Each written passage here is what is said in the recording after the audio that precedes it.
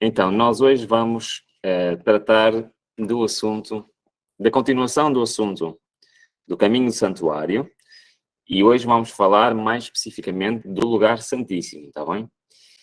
Eu vou só em 2 minutos fazer um resumo do que vimos há 2 semanas atrás. Nós temos estado a estudar o santuário, vimos na Bíblia que o santuário representa espiritualmente para nós a nossa caminhada espiritual, desde que conhecemos a Cristo, desde que nos entregamos a Ele, desde a nossa conversão, nossa transformação, e vamos continuar a estudar exatamente esse caminho hoje.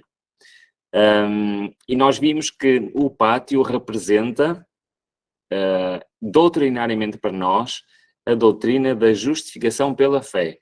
Vimos exatamente isto, acreditar que o sacrifício de Cristo é o ato suficiente e único que habilita o perdão dos nossos pecados. E realmente temos chegado à conclusão que a justificação e o perdão é a mesma coisa. Nós podemos dizer, em vez de dizer justificação pela fé, podemos dizer perdão pela fé. Nós somos perdoados pela fé. Nós não temos participação no perdão. Nós apenas temos que habilitar o perdão como? Pelo nosso arrependimento, pela nossa confissão, pelo aceitar pela fé o perdão de Deus. Isso habilita o perdão. Mas o perdão é obra 100% de Deus. E deve-se realmente ao sacrifício de Jesus na cruz e o perdão pelos méritos de Cristo. Foi isto que nós vimos que representava o pátio. Mas também nós vimos que isto representa apenas parte da resolução dos nossos problemas. Vimos que nós precisamos não só da justiça imputada, que é aquela que nos é dada na justificação pela fé, no pátio, mas também precisamos da justiça comunicada, que é aquela que não é dada no pátio, mas é dada no lugar santo. E, resumidamente, o que é que isto quer dizer? Isto quer dizer que no pátio, pela justificação pela fé, é-nos resolvido o problema dos nossos pecados passados. Como vimos que diz o apóstolo Paulo, o perdão dos nossos pecados passados. Mas não resolve o meu presente, ou seja, o meu problema de caráter. O meu problema de caráter é resolvido no lugar santo, pela santificação e pela justiça comunicada. Vimos também, isto é muito rápido, vimos também que a santificação é feita pondo em prática 4 hábitos diários na minha vida. Deixar de ver e ouvir aquilo que foi produzido por Satanás para poluir a minha mente, ter um estudo diário da palavra de Deus, falar aos outros da palavra de Deus e ter uma vida de oração. Nós vimos que estes 4 hábitos diários são aquilo que habilita o poder de transformação do meu caráter e resolve o meu presente. Então, resumidamente, e mais uma vez, nós vimos que a santificação, ou seja, a transformação, também é algo que se pratica pela fé. Por aquilo que eu faço, estes 4 hábitos não me transformam. E estes 4 hábitos permitem ou habilitam a transformação de Deus, que é a obra 100% do Espírito Santo em nós, transformar o nosso caráter. Isto já é uma doutrina muito antiga. É isto exatamente que significa, significavam os rituais do santuário. Por exemplo, em Levítico 16, no versículo 18 e 19, fala exatamente disso. Que as práticas do santuário serviam para purificar, ou seja, para perdoar, e para santificar. Tinha estas 2 visões, ensinava estas 2 coisas. O mesmo diz o apóstolo Paulo, já em 1 Coríntios, que fala que, mas vocês foram lavados, foram santificados, foram justificados no nome do Senhor Jesus Cristo e no Espírito de nosso Deus. Este é o processo que está exemplificado no santuário, a santificação e justificação, ou seja, a santificação e o perdão, mas que Deus quer que seja uma realidade na minha vida hoje. Nós vimos que esta mensagem do caminho santuário não era uma mensagem para o povo de Israel, não era uma mensagem para os judeus na altura de Cristo, é uma mensagem para nós hoje. É uma alegoria para o nosso tempo, de acordo com as palavras de Paulo. Então agora vamos passar para o assunto que nos interessa hoje. Porquê? E isto é um assunto um bocadinho mais delicado. Nós vimos que no pátio temos então a doutrina que lá está representada, é a justificação pela fé. e que pode ser traduzida de uma forma mais prática para nós entendermos do perdão dos nossos pecados pela fé. No lugar santo, nós temos a doutrina da santificação, ou seja, de uma forma mais simples para nós percebermos, nós sermos transformados pela fé em Cristo, mediante a prática daquilo que está representado no lugar santo. Mas no lugar santíssimo temos algo de diferente. A doutrina que lá está representada é a justiça de Cristo. Porque se nós repararmos na justificação pela fé, o homem recebe a justiça imputada. No lugar santo, o homem recebe a justiça comunicada. E só estas duas juntas é que formam, então, a perfeita justiça de Cristo na nossa vida. E o que é que isto nos deve levar? Deve-nos levar a viver uma vida pela fé. E é isto que nós vamos concentrar neste fim de semana, quer hoje, quer amanhã, quer no domingo, é perceber o que é que quer dizer viver pela fé, que implicações tem na nossa vida. Porque a entrada no lugar santíssimo é algo que Deus quer que nós façamos hoje. É algo que Deus quer que nós possamos pôr em prática hoje. Nós já amanhã vamos ver várias histórias bíblicas em que homens e mulheres entraram no lugar santíssimo e viveram pela fé. Mas hoje vamos primeiro compreender o que é que isto quer dizer. Então nós devemos estar preparados para entrar com Jesus pela fé no lugar santíssimo do santuário celestial.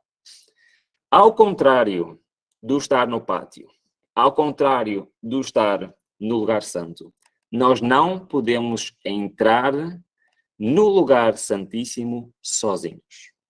Nós podemos estar lá fora no mundo sozinhos, podemos estar no pátio, podemos estar no lugar santo, mas para entrar no lugar santíssimo não podemos fazer. Nós não temos autorização para entrar espiritualmente no lugar santíssimo sem a companhia de Cristo. Eu queria só rapidamente referir uma coisa que vai nos ajudar a entender mais para a frente.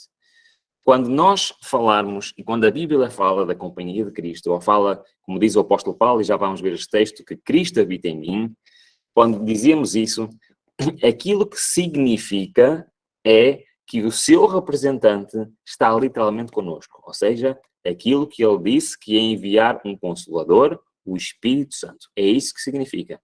E sempre que nós lermos que Cristo está connosco, habita em nós, estamos a falar da ação do Espírito Santo, que é o seu representante, está bem? Já vamos ver isso um bocadinho melhor. Mas porquê que eu estou a dizer isto? Vamos olhar para a tela. Vamos olhar para este ecrã e nós temos aqui o santuário. E espiritualmente existe funções diferentes do Espírito Santo, e o tema 2 não é o Espírito Santo, podemos falar só sobre isso.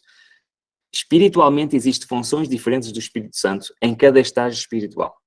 O estar no mundo, o estar no pátio, que é a nossa conversão, quando entramos para a igreja, quando aceitamos Cristo. O lugar santo, que é a nossa transformação, nosso desenvolvimento espiritual. Todos estes estágios espirituais têm ações diferentes do Espírito Santo. Por exemplo, quando estamos no mundo, o Espírito Santo tem uma ação nessas pessoas e tem uma ação em nós. Qual é? A ação de nos dizer, olha, isto está errado, isto está certo. Aquilo que muitas vezes chamamos a nossa voz da consciência. As pessoas no mundo sentem a ação do Espírito Santo, ouvem a sua voz. Qualquer pessoa, como diz o apóstolo Paulo, que a lei de Deus está escrita no nosso coração. Qualquer pessoa no mundo sabe que mentir é errado, que roubar é errado, sabe que exatamente essas coisas são erradas. Porquê? Porque tem a ação da sua consciência do Espírito Santo. Mas quando entramos no pátio, quando aceitamos a Cristo, é pela ação do Espírito Santo. O Espírito Santo trabalha em nós para nos inculcar a verdade, para nos mostrar a verdade, para nos chamar aos pés de Cristo, para nos converter. Essa é uma ação do Espírito Santo. Quando entramos no lugar santo, continua outra ação do Espírito Santo. Qual é? A ação de transformar o nosso caráter, trabalhar no nosso coração, por forma a nos moldar mais à semelhança de Cristo. Só que, quando chegamos à porta do lugar santíssimo, para entrar no lugar santíssimo, nós já não temos esta ação exterior do Espírito Santo, mas precisamos de uma ação interior do Espírito Santo. O que é que isto quer dizer?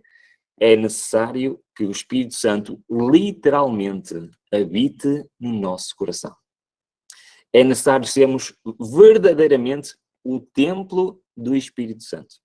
E só assim nós podemos então entrar no lugar santíssimo. Mas não acreditem em mim, nós vamos ler, e vamos ler agora bastantes diapositivos e entender o que é que isto quer dizer na realidade. Então o objetivo é nós entrarmos no lugar santíssimo. O que é que representa o lugar santíssimo?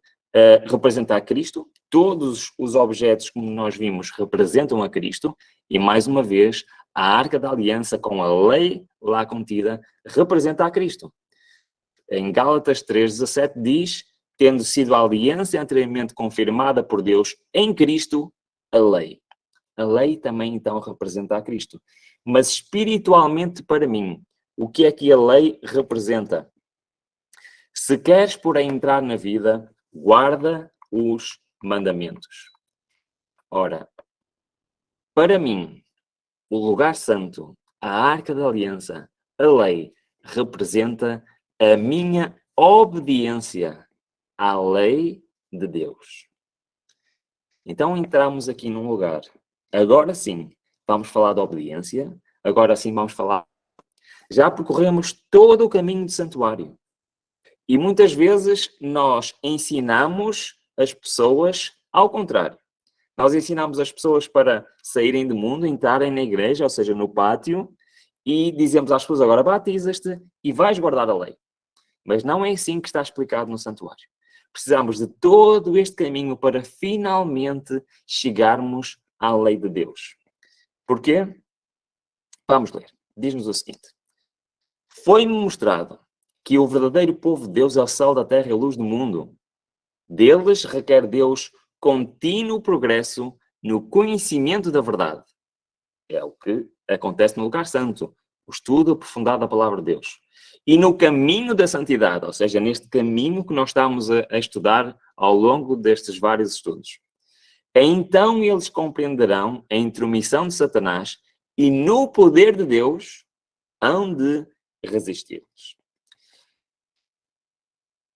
Durante a maior parte da minha vida, eu fui ensinado de que para eu eventualmente poder obedecer a Deus, eu preciso de poder de Deus. E eu preciso de receber algo que me vai habilitar a eu obedecer à lei. Mas isso não é o ensinamento da Bíblia. O ensinamento da Bíblia é algo ainda mais extraordinário. E enquanto nós não entendermos isto, nós temos em falta exatamente este poder de Deus. Para entendermos o que é este poder de Deus, nós temos que perceber o que é a justiça de Cristo. E então nós vamos à Bíblia ver exatamente a definição, Cristo nós sabemos quem é, a definição do que é que biblicamente quer dizer justiça. Porque na nossa língua é mais difícil nós percebermos o que é o significado desta palavra. No original é muito mais simples. Mesmo em inglês é também mais simples, porque o primeiro tradutor da Bíblia para o inglês reparou que não tinha forma de traduzir esta palavra do original. Então ele criou uma palavra nova, que é righteousness. Essa palavra foi uma palavra inventada para a Bíblia, para, digamos assim, dar a ideia do significado original. Ora, em português nós falamos justiça. E por vezes essa palavra complica a nossa compreensão do que ela realmente quer dizer. Mas a Bíblia ensina exatamente o que quer dizer e nós vamos arranjar aqui um sinónimo que é mais fácil para nós entendermos. Assim como arranjamos um sinónimo para a justificação pela fé, que é o perdão pela fé, vamos arranjar um sinónimo para a justiça para entendermos direitinho o que é que quer dizer. A Bíblia diz-nos o seguinte: o que é a justiça de Cristo? Em Salmos 106 diz: filhinhos, ninguém vos engana, quem pratica a justiça é justo, assim como ele é justo. Então, a justiça é algo que se pratica, ok? Portanto, justiça é algo que nós temos que fazer, temos que praticar. Primeiro ponto. Vamos juntar aqui, fazer um puzzle, juntar as peças. Justiça é algo que se pratica. E também diz o quê? Eu peço desculpa, estava com o diapositivo errado, não estava? Diz assim, eu vou ler novamente que eu li o diapositivo errado. Bem-aventurados os que observam o direito, que praticam a justiça. É o ponto que estamos a falar, a justiça tem que ser praticada. Depois continua o texto, filho, ninguém vos engane, quem pratica a justiça é justo.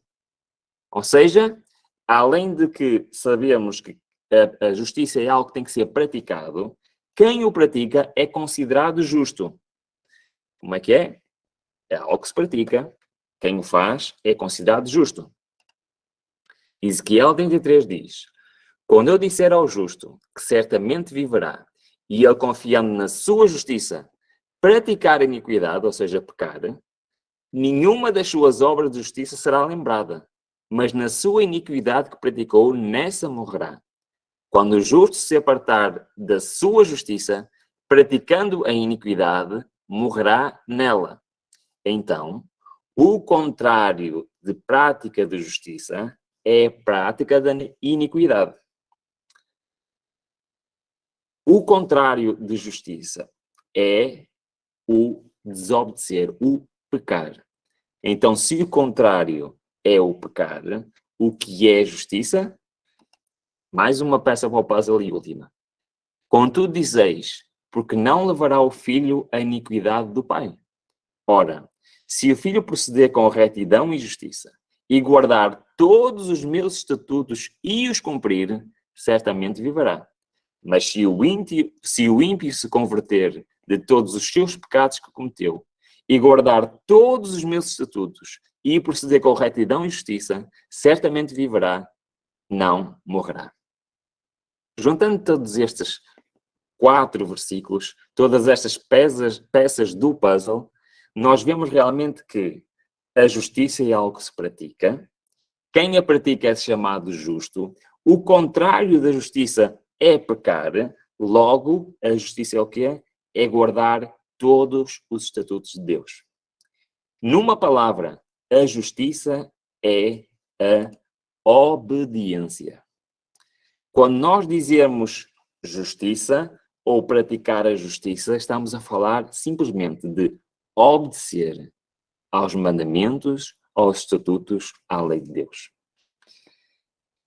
Se nós entendermos a palavra justiça como obediência, torna-se muito mais simples. Nós entendemos a justiça de Cristo, torna-se muito mais simples, nós entendemos a mensagem do Evangelho Eterno, torna-se muito mais simples nós entendemos qual é realmente a mensagem que Deus nos quer trazer do lugar santíssimo. Mas antes de avançarmos agora para o lugar santíssimo, eu queria-vos chamar a atenção de um versículo que é muito conhecido por nós adventistas. Um versículo de Isaías que nos diz o seguinte, reparem bem, mas todos nós somos como o imundo, e todas as nossas justiças como o trapo de imundícia. Ora, vamos aplicar a palavra que nós acabamos de arranjar de sinónimo para a justiça neste versículo. Reparem bem, mas todos nós somos como o imundo, e toda a nossa obediência é como o trapo de imundícia. Todas as nossas tentativas de obedecer à lei de Deus, sozinhos, são para Deus como trapo de imundícia. É impossível ao homem por si próprio ter qualquer tipo de obediência que possa ser aceito perante Deus. E quando nós lemos este versículo, as nossas justiças não está a falar das nossas más obras, não está a falar dos nossos pecados, não está a falar daquilo que fazemos errado. Está a falar daquilo que nós, no nosso esforço, tentamos fazer corretamente, na nossa obediência. A nossa obediência perante Deus é um trapo de imundícia. Deus quer algo mais do que apenas as nossas tentativas de obedecer. Porquê? Todas as nossas justiças são como trapo de imundícia. Tudo o que podemos fazer de nós mesmos está contaminado pelo pecado. Tudo. Mesmo os nossos grandes esforços para obedecer a Deus estão contaminados pelo pecado. Qual é então a chave para tudo isto? É que Deus, a Bíblia ensina, e eu vou dizer isto com calma, está bem? Nós já vamos perceber melhor. Deus não quer a minha obediência. Deus quer a obediência de Cristo em mim. São duas coisas totalmente diferentes. E isto é a justiça de Cristo. Porque se nós agora formos aplicar o sinónimo de justiça com obediência, nós vemos que a justiça de Cristo, na realidade, de forma mais prática e mais fácil de entender, significa a obediência de Cristo. Quando nós chegamos ao lugar santíssimo, aquilo que nós podemos ter na nossa vida é a obediência de Cristo. Isto pode ser um conceito difícil de entender, mas nós vamos ver ao longo deste fim de semana que isto, na prática, todos nós percebemos isto. Na prática, é muito mais simples de entender. Justiça de Cristo é igual à obediência de Cristo. Quando nós entramos no lugar santíssimo, não podemos entrar sozinhos. Porque lá, as obras que se praticam lá não são obras humanas, são obras sobrenaturais, são obras de Cristo. Toda a ferramenta, Isaías 45, vamos então tentar entender isto. Isaías 54, toda a ferramenta preparada contra ti não prosperará. E toda a língua que se levantar contra ti, e juízo tu a condenarás. Esta é a herança dos servos. Qual é a herança? A herança daqueles que realmente são servos de Deus, verdadeiros e fiéis cristãos. Qual é a herança? A sua justiça que de mim procede, diz o Senhor. E a justiça aqui é a obediência. A sua obediência que de mim procede. Portanto, a obediência para o servo de Deus procede de Deus. Procede de Cristo e não de nós próprios. E este é um mistério que esteve oculto durante todos os séculos e que Deus está a tentar desvendar neste tempo de fim. Esta é a mensagem que nós vamos ver mais à frente. Esta é a mensagem do terceiro anjo. É a mensagem da verdadeira vida pela fé. Que desde 1888 Deus está a tentar trazer para a sua igreja.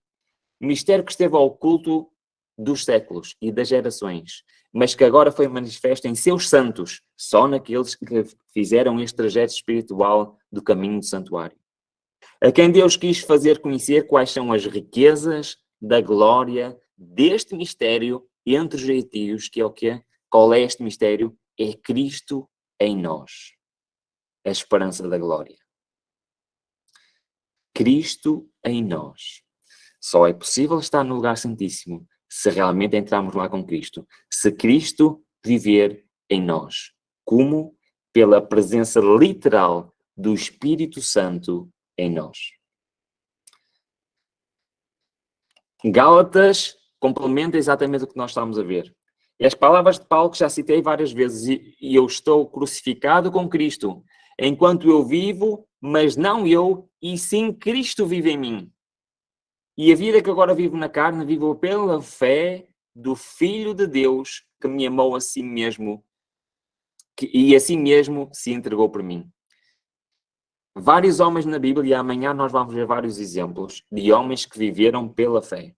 Homens que viveram exatamente no lugar santíssimo e como isso transformou as suas vidas.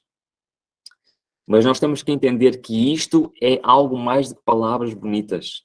Cristo viver em mim é algo que Cristo quer fazer literalmente. Por isso que a mensagem à Laodiceia, em Apocalipse 3:20, é exatamente isto mesmo. Cristo bater à porta do nosso coração. E Ele quer entrar e habitar em nós. E enquanto nós não deixarmos Cristo habitar em nós, nós iremos continuar a ser a igreja de Laodiceia. Iremos continuar a ser pessoas a viver no pátio, a viver num lugar santo, e não pessoas a viver no lugar espiritualmente, no lugar santíssimo. Porque se a minha obediência são trapos de imundícia, é impossível ao homem guardar a lei de Deus. Mas as coisas que são impossíveis aos homens são possíveis a Deus. A obediência é algo de sobrenatural para nós. A nossa natureza é pecaminosa. E para nós obedecermos verdadeiramente a Deus, precisamos de poder sobrenatural. E esse poder é Cristo. Esse poder é a sua justiça, é a sua obediência, que Ele quer fazer em nós, se Ele literalmente habitar em nós. É Ele que quer fazer esta operação em nós. E a Bíblia está-nos sempre a dizer isto. Reparem, há mais versículos que dizem isto. O qual nós anunciamos, admoestando a todo o homem e ensinando a todo o homem em toda a sabedoria, para que apresentemos todo o homem perfeito em Cristo. Como? Para isto também trabalho, lutando segundo a sua eficácia, que opera em mim poderosamente. Quem é que opera? Cristo opera nele poderosamente. Paulo está a dizer, é Cristo que opera em mim. Não sou eu que faço essas coisas, é Cristo que faz isto em mim. Filipenses diz, de sorte que, meus amados, do modo como sempre obedecestes. Como é que obedecermos? Como é que é possível ao homem obedecer? Não como na minha presença somente, mas muito mais agora na minha ausência. Efetuai a vossa salvação com temor e tremor. Como é que obedecemos? Como é que é possível obedecer? Porque Deus é o que opera em vós, tanto o querer como o efetuar segundo a sua boa vontade. É verdade. A obediência só é possível se for Deus a fazer em nós, quer o querer, quer o efetuar. O que é efetuar? É fazer as coisas. Esta obediência não é nossa, é Deus a fazer em nós. Isaías, isto é uma ideia já do Antigo Testamento. Senhor, tu nos darás a paz, porque tu és o que fizeste em nós todas as nossas obras. A ideia do lugar santíssimo é esta.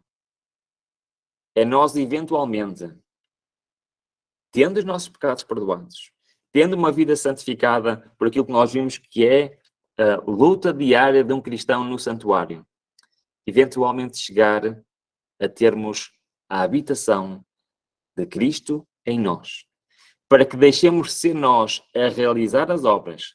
E como diz em Isaías 26, tu, Senhor, é que fazes as obras em nós. Só assim é que pode haver uma obediência à lei de Deus. Porque a minha obediência são trapos de imundícia para Deus. Nunca eu, na minha força, posso obedecer à lei de Deus e cumprir com os seus requisitos. Mas Cristo pode. E é por isso que nós precisamos da presença de Cristo na nossa vida. Como vimos na vida de Paulo, como vimos na vida de tantos homens e mulheres na palavra de Deus. Nós queremos a obediência de Cristo em nós e não a nossa obediência. Queremos que seja Deus a realizar as nossas obras. Nós precisamos de um poder sobrenatural para podermos obedecer. Mas pela graça divina é comunicado ao homem poder sobrenatural, que opera em seu espírito, coração e caráter. É pela comunicação da graça de Cristo, graça comunicada é onde? No santuário, no lugar santo, é aí que se dá a transformação de caráter e que é comunicado a nós a graça de Deus. E se essa graça for completa em nós, que se discerne o pecado em sua natureza odiosa, sendo afinal expulso do templo da alma. É isto que Cristo quer fazer connosco neste caminho do santuário. Cristo quer expulsar o pecado da nossa alma. Cristo quer nos levar a uma vida de obediência, mas não por mim próprio, mas pela sua ação na minha vida. Um dos maiores exemplos bíblicos para isso encontra-se em Ezequiel 36. E o exemplo que nos dá aqui é de um coração novo. É isto que Deus nos quer dar. É isto o caminho do santuário. É dar-nos um coração novo. Para que não sejamos já nós, mas sim Cristo em nós. E como eu vos disse, esta expressão de Cristo em nós, Cristo viver em nós, representa o quê? A ação literal do Espírito Santo no nosso coração. Vamos ler em Ezequiel 36. E vos darei um coração novo. E porei dentro de vós um espírito novo. Já não é o meu espírito. É um espírito novo. Que espírito é este? Tirarei o coração de pedra da vossa carne e vos darei um coração de carne. E porei dentro de vós o meu espírito. O Espírito de Deus. Se o Espírito de Deus estiver dentro de nós, o que é que acontece? E farei, Cristo fará, Deus fará que nós andemos nos seus estatutos, que guardemos os seus juízos e os observemos. A obediência é um dom de Deus. E a obediência só é possível pela presença literal do Espírito Santo em nós. Deus, como diz este texto, quer pôr um Espírito novo em nós, o Espírito Santo dentro de nós, Para fazer o quê? Para nos levar às obras, para nos levar a guardar a lei de Deus, para nos levar a viver uma vida apenas pela fé. É isto que Deus quer de nós. Deus quer de nós no nosso coração. Ou seja, Deus quer de nós tudo, a nossa vontade completa. Cristo quer que abdiquemos da nossa vontade e que nos coloquemos literalmente nas suas mãos. E a ação do Espírito Santo, então, fará com que nós andemos nos seus estatutos, guardemos os seus juízos e os observemos. Só com a presença literal do Espírito Santo em nós. Sermos o templo do Espírito Santo é que nós então estamos espiritualmente no lugar santíssimo. Deem a Deus a mais preciosa oferta que lhes é possível oferecer. Deem-lhe o coração. E ele lhes fala dizendo, vesti-lo-ei com minha justiça. Isto de dar o coração de Deus é isso, é vestir a justiça de Cristo, a obediência de Cristo. As vestes de bodas. E lhes preparei uma ceia das bodas do Cordeiro, quando revestidos da minha justiça. Porquê? Aquele processo no lugar santíssimo, pela oração, pela vigilância, pelo estudo diligente da palavra, estarão aptos a atingir uma norma elevada. O processo do lugar santo. Nós vimos o que é que quer dizer cada objeto, o que é que significa para a nossa vida. É isso que nos leva a obter a justiça de Cristo. É isto que nos leva a obter um novo coração. É isto que nos leva a abdicar totalmente da nossa vontade e entregarmos a nossa vontade a Cristo. Está ali uma bolinha cor de laranja aqui no PowerPoint. Isto é para eu me lembrar de contar agora aqui uma experiência pessoal de como é que Deus começou a ensinar isto na minha vida há 5 anos atrás. Mas eu vou guardar esta experiência pessoal, ok? Para domingo. Temos um bocadinho mais de tempo. Hoje já não dá tempo para isso. Amanhã também vai ter que ser um bocadinho mais curtinho. E vou guardar a experiência pessoal para domingo, onde vamos entender como é que na prática da nossa vida diária Deus quer que nós possamos pôr isto em prática. Mas para terminar hoje, eu gostava que ainda ler alguns textos e focarmos para ver se entendemos bem o que é que isto quer dizer, está bem? Como Deus quer fazer a obediência em nós. O pecador, mediante arrependimento do seu pecado e fé em Cristo. E obediência perfeita à lei de Deus. Deus quer isto. Deus quer obediência perfeita. Mas não a minha obediência, a obediência de Cristo em mim. Tem a justiça de Cristo que lhe é acreditada. Esta se torna sua justiça. E seu nome é registrado no livro da vida do Cordeiro. Ele se torna um filho de Deus. Um membro da família real. Eu não sei quanto a vocês, mas eu quero ser um membro da família real. Eu quero ser um verdadeiro filho de Deus. Eu quero ter o meu nome registado no livro do Cordeiro. E isto é o que acontece a todos aqueles que estão a viver espiritualmente no lugar santíssimo. Esta mensagem devia pôr de maneira mais preeminente diante do mundo o Salvador crucificado, o sacrifício pelos pecados de todo o mundo. Apresenta a justificação pela fé no Fiador. Convida o povo a receber a justiça de Cristo, que se manifesta na obediência a todos os mandamentos de Deus. A cruz de Cristo testifica da imutabilidade da lei. Cristo não veio para destruir a lei, senão para cumpri-la.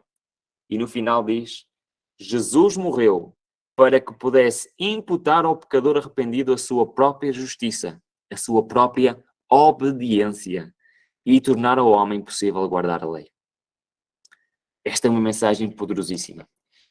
Por sua vida e morte provou Cristo que a justiça divina não destrói a misericórdia, mas que o pecado pode ser perdoado, que a lei é justa, sendo possível obedecer-lhe perfeitamente.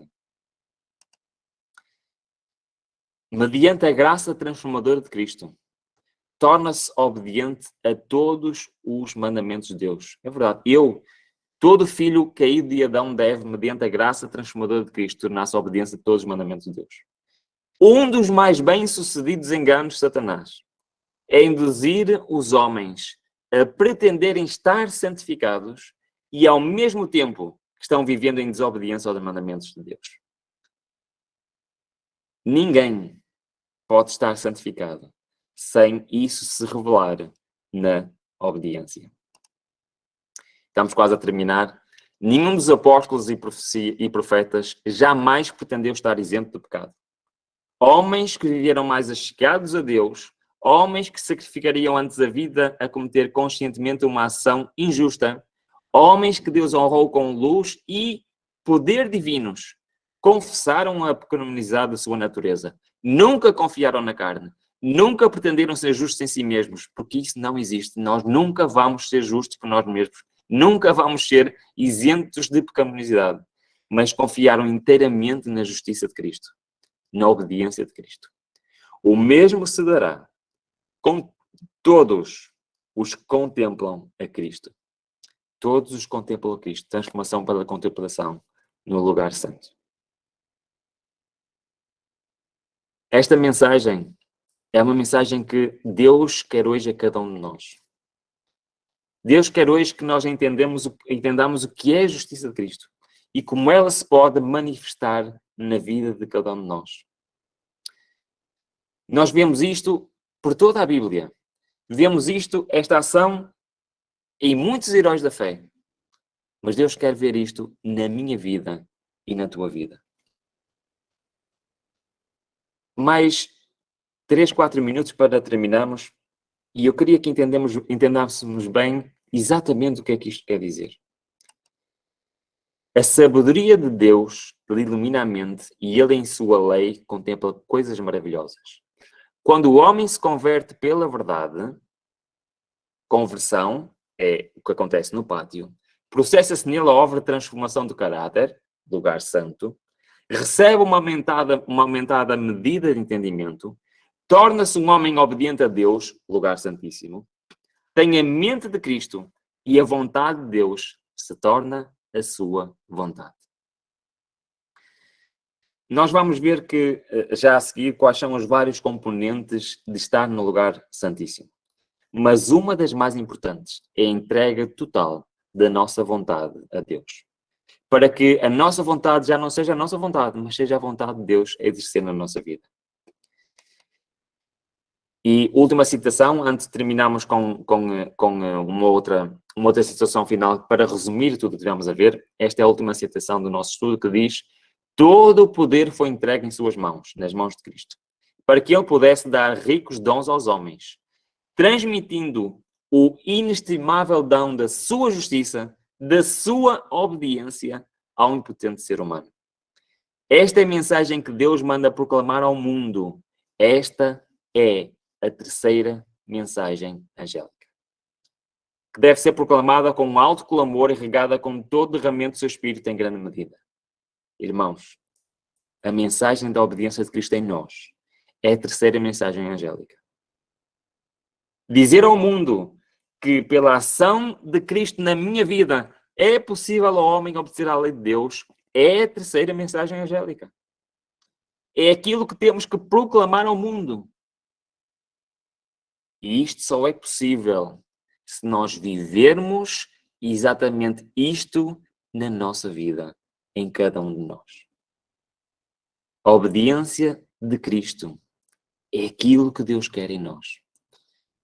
Sabem, muitas vezes nós focamos-nos no aspecto da morte e ressurreição de Cristo, que foi aquilo que habilitou o perdão dos pecados, foi aquilo que habilitou nós temos a esperança da vida eterna. É verdade. Mas Cristo não só fez a obra da sua morte e ressurreição. E ele fez também uma outra obra. E ele, durante 33 anos, caminhou nesta terra. Cristo podia ter, para realizar, reparem, para realizar a sua morte, o seu sacrifício por nós, e ele só apenas precisava de vir a esta terra e morrer por nós. Mas não foi isso que ele fez. E ele, durante 33 anos, viveu nesta terra. E então Cristo tem duas obras. Não só tem a sua morte e ressurreição, mas também tem a sua vida de obediência nesta terra. E isto dá-nos duas mensagens muito importantes. Não só a mensagem da justificação pela fé nos méritos de Cristo que morreu por cada um de nós, mas também a mensagem da santificação e também a mensagem da justiça de Cristo. A vida da obediência de Cristo pode ser a minha vida de obediência. Não que eu possa obedecer, mas Cristo em mim pode obedecer. Sei que a hora já vai um bocadinho avançada, mas deem-me só mais 2 minutos para ler um bocadinho penso que é o 5º capítulo dos Atos dos Apóstolos, que resume, e já agora eu recomendo lerem acho que é o 5º ou 6º capítulo de Atos dos Apóstolos, que o título é O Dom do Espírito. Por favor, leiam, se possível hoje, esse capítulo do Atos dos Apóstolos, Dom do Espírito. Vão entender perfeitamente isto que nós estamos a falar aqui. O exemplo dos apóstolos no Pentecostes é um exemplo exatamente disto, de alguém que passou do lugar santo para o lugar santíssimo, que se entregou totalmente nas mãos de Deus e que foi inundado pelo poder do Espírito Santo. Aqueles apóstolos durante 3 anos e meio andaram com Cristo, amavam a Cristo, queriam seguir a Cristo, mas estavam preocupados com quem iria estar à direita, quem iria estar à esquerda, quem iria ser o presidente, o primeiro-ministro, quem iria ser o ministro das Finanças. Estavam preocupados consigo e com os benefícios que podiam trazer para si. Antes da ascensão de Cristo, a última pergunta dos apóstolos a Cristo foi: vai ser agora que vais instituir o teu reino? Vai ser agora que vamos ser os príncipes desta nação? E nem estavam preocupados consigo mesmo. Mas alguns dias depois, após o Pentecostes, após o derramamento do Espírito Santo, após o Espírito Santo habitar literalmente neles, as suas obras mudaram radicalmente. Abdicaram totalmente da sua vontade. A vontade deles passou a ser a vontade de Cristo. E a sua vida passou a ser uma vida totalmente diferente. Mas isso que aconteceu com os apóstolos é aquilo que Deus quer que aconteça a cada um de nós. Últimos 3 diapositivos, então, do capítulo do Atos dos Apóstolos, Dom do Espírito. Deus não pode atuar tão poderosamente quando os homens se entregam ao controle de seu Espírito. A promessa do Espírito Santo não é limitada a algum século ou raça. Cristo declarou que a divina influência do Espírito devia estar com seus seguidores até o fim. Desde o dia de Pentecostes até hoje, até ao presente, o Confortador tem sido enviado a todos os que se rendem inteiramente ao Senhor e a seu serviço. A todos os que aceitam a Cristo como seu Salvador pessoal. O Espírito Santo vem como Consolador, como Santificador, Guia e Testemunha. Quanto mais intimamente os crentes andam com Deus, tanto mais clara e poderosamente testemunham do amor do Redentor e da sua graça salvadora.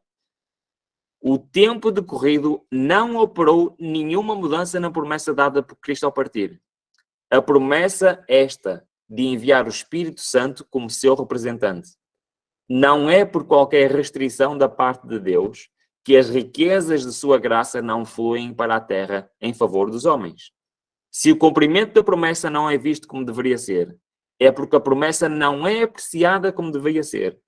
Se todos estivessem dispostos, todos seriam cheios do Espírito Santo. O único obstáculo para isto ser uma realidade na minha vida, o único obstáculo para eu estar a ser cheio do Espírito Santo, sou eu. Sou eu que impeço esta ação. O Espírito Santo habita no consagrado obreiro de Deus. Onde quer que ele possa estar, as palavras dirigidas aos discípulos são também a nós. O Consolador é tanto nosso quanto deles. E o último texto. Não é prova conclusiva de que um homem é cristão ao manifestar ele êxtases espirituais sob circunstâncias extraordinárias. Santidade não é arrebatamento. É a inteira entrega da vontade a Deus. É viver por toda a palavra que sai da boca de Deus. É fazer a vontade de nosso Pai Celestial. É confiar em Deus na provação, tanto nas trevas como na luz. É andar pela fé e não pela vista. É apoiar-se em Deus como indiscutível confiança, descansando em seu amor. Esta é a mensagem da justiça de Cristo. A justiça de Cristo é a obediência de Cristo em nós. Deus quer colocar em nós o seu Espírito Santo. Assim como Ele colocou o seu Espírito nos apóstolos no dia de Pentecostes, Ele quer hoje colocar o seu Espírito Santo em cada um de nós.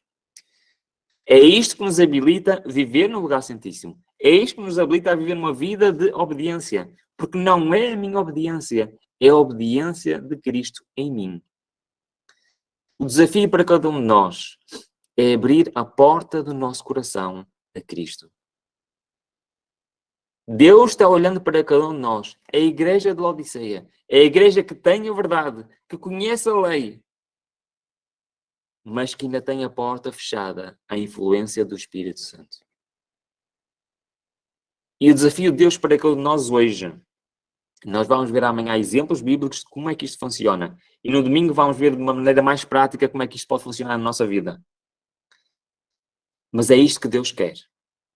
Deus não quer a obediência do Ruben. Deus não quer a obediência de cada um de vós. Deus quer a obediência de Cristo em nós. E isso só é possível se nós verdadeiramente, literalmente, formos o templo do Espírito Santo.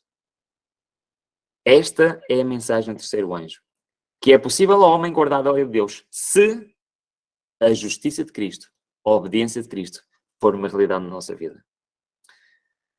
Para isso eu tenho que estar pronto para dar o meu coração, colocar o meu coração nas mãos de Deus. Eu tenho que estar pronto a abdicar totalmente da minha vontade. Em literalmente não só dizer a Cristo que seja feita a tua vontade e não a minha, mas na prática isso ser uma total realidade na minha vida. Irmãos, Deus quer fazer esta obra maravilhosa em cada um de nós. E muitas vezes nós dizemos que somos cristãos, vivemos a nossa vida de cristianismo no pátio, por vezes até entramos no lugar santo e temos uma vida diária de comunhão com Deus, mas depois voltamos atrás. O desafio de Deus é nós chegarmos ao fim deste caminho. Para sermos vasos de honra na sua mão. Para sermos vasos de honra que Ele possa usar completamente e não apenas esporadicamente. Entreguemos a nossa vida nas mãos de Deus. Aceitamos este desafio de viver uma vida como Paulo viveu, para que possamos dizer, não vivo mais eu, mas Cristo vive em mim. Amém. Eu queria fazer uma reação contigo. Eu não sei como é em Portugal, mas aqui no Brasil existem alguns jargões e estigmas e rótulos que dificultam a proclamação da terceira mensagem angélica. No meio evangélico, aqui no Brasil, é muito comum pastores, pregadores dizerem que é impossível guardar todos os mandamentos de Deus. Isso é um jargão comum no meio evangélico. Em nosso ambiente religioso, criaram-se vários estigmas e rótulos, criticando, estigmatizando pessoas que pregam a perfeita obediência aos mandamentos de Deus. E sendo essa a terceira mensagem angélica, a pergunta e reação que eu gostaria de fazer para fechar é como que você enxerga essa dinâmica de fora, né? Vendo aí de Portugal em relação a nós, e se essa problemática, se esse dilema, ele também ocorre aí em vossa região. Eu tenho a sorte de já ter estado em muitos países diferentes, em muitos continentes diferentes, e isto é um problema mais forte em alguns sítios do que noutros. Por exemplo, eu já estive nos Estados Unidos, já preguei nos Estados Unidos, e lá é muito mais pacífica esta mensagem, ok? Que é uma mensagem que foi pregada pelos nossos pioneiros. No entanto, ainda existem muitas dúvidas em relação a esta mensagem, porque ela ainda não é muito bem compreendida, ok? Esta mensagem foi pregada especialmente em 1888 por Jones e Wagner, e nós temos esta mensagem nas nossas doutrinas, mas nós não entendemos na prática como ela é posta em prática. É verdade, é impossível ao homem guardar a lei de Deus. Isso é verdade.